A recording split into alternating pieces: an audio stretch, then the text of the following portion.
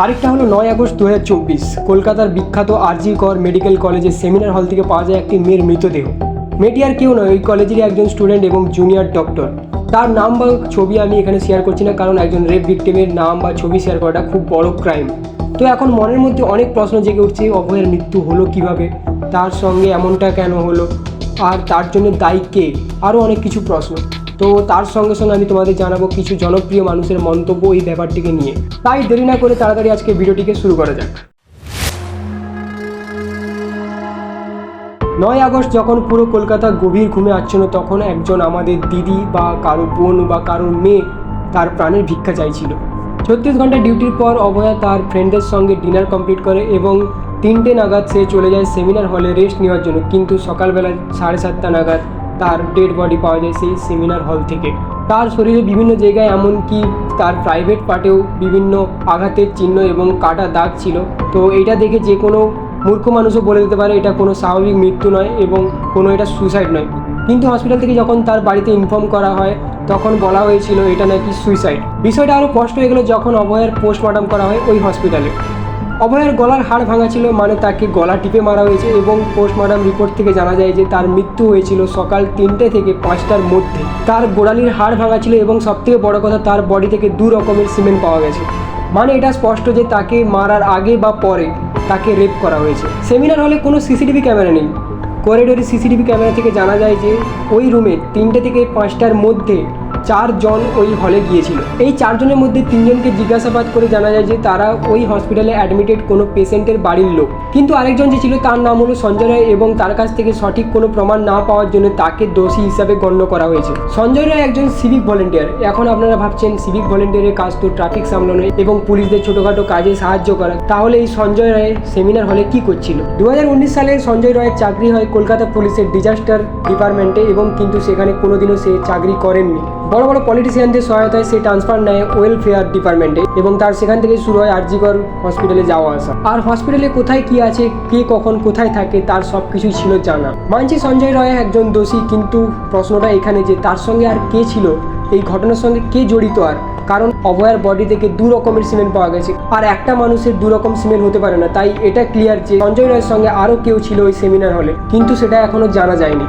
কলকাতা পুলিশের মতে সঞ্জয় রায় তার দোষ স্বীকার করেছে এবং শিয়ালদা হাইকোর্ট তাকে 14 দিনের পুলিশ কাস্টাডি দিয়েছে। এবার প্রশ্ন, তার সঙ্গে এমনটা কেন হলো? অভয়ার মৃত্যুর কিছুদিন পরে একটি কল রেকর্ড ভাইরাল হয়েছিল এবং সেই কল রেকর্ডিং থেকে জানা যায় যে অভয়া ওই কলেজে কিছু দুর্নীতির টের পায় এবং তার বিরোধ করে। সেই কারণে এই কলেজের প্রিন্সিপাল সন্দীপ ঘোষ ভেবেছিল তাকে 36 ঘন্টার ডিউটি দিয়ে তাকে বসে নিয়ে আসবে, কিন্তু সেটা হয়নি। আর সেই কারণেই হয়তো তার মার্ডার করা হয়েছে। সন্দীপ ঘোষ যে খুব চরিত্রবান লোক সেটা কিন্তু নয়। এর আগেও দুর্নীতির জন্য তাকে 2বার ট্রান্সফার করা হয়েছে এই আরজি কর মেডিকেল কলেজ থেকে। এমনকি কয়েক মাস আগে আরজি কর মেডিকেল কলেজে যে র্যাগিংয়ের ঘটনাটি উঠে এসেছিল, সেই ঘটনাটিতে সন্দীপ ঘোষেরও হাত ছিল। এবার একটু দেখে নিই কিছু জনপ্রিয় মানুষদের মন্তব্য এই ঘটনাটিকে নিয়ে। আমার মনে হয় না একটা স্ট্রে ইনসিডেন্টে সবাইকে সমস্ত কিছুকে নিরাপদ না মনে করাটা ঠিক নয়। It is just one of the incidents. পৃথিবীতে সব জায়গায় এরকম করে অ্যাক্সিডেন্টস হয়, but this has to be strictly dealt. This is so wrong. আর মেয়েদের নিরাপত্তা পশ্চিমবাংলা, ভারতবর্ষে সব জায়গায় আছে। তো India is a fantastic country, so is West Bengal. It's a great state, a great city we live in. তো একটা ইনসিডেন্ট দিয়ে জাজ করা উচিত নয়, but strict action should be taken. পশ্চিমবঙ্গের মানুষ যাকে আইডল মানে, আবার অনেক মেয়ে তো নাম শুনলেই পাগল, এই হচ্ছে সেই সৌরভ গাঙ্গুলি, যে এরকম মন্তব্য করছে এই বিষয়টিকে নিয়ে। আচ্ছা, যদি এই দিদির জায়গায় যদি সৌরভ গাঙ্গুলির মেয়ে থাকতো, তাহলেও কি সৌরভ গাঙ্গুলি এই একই মন্তব্য করতো এই ঘটনাটিকে নিয়ে? এটা কিছু লোপাট করার জন্যই বলেছেন যে আপনাদের মেয়ে সুইসাইড করেছে। একটা কম্পেনসেশন যারা বলছেন কম্পেনসেশন দেওয়ার কথা, তাদের বলে রাখি, এটা আমার বলা আছে। হ্যাঁ, আমরা 10 লক্ষ টাকা তো দিতেই পারি পরিবারকে। আমি বলেছি আমার মেয়ের যারা দোষী তাদের চরম শাস্তি হোক, তারপর আমি ওটা নেব, তার আগে আমি ওটা নেব না। আর একদিকে আমাদের মুখ্যমন্ত্রী যে কিনা বলছে তাদের পরিবারকে তো 10 লক্ষ টাকা দিতেই পারি।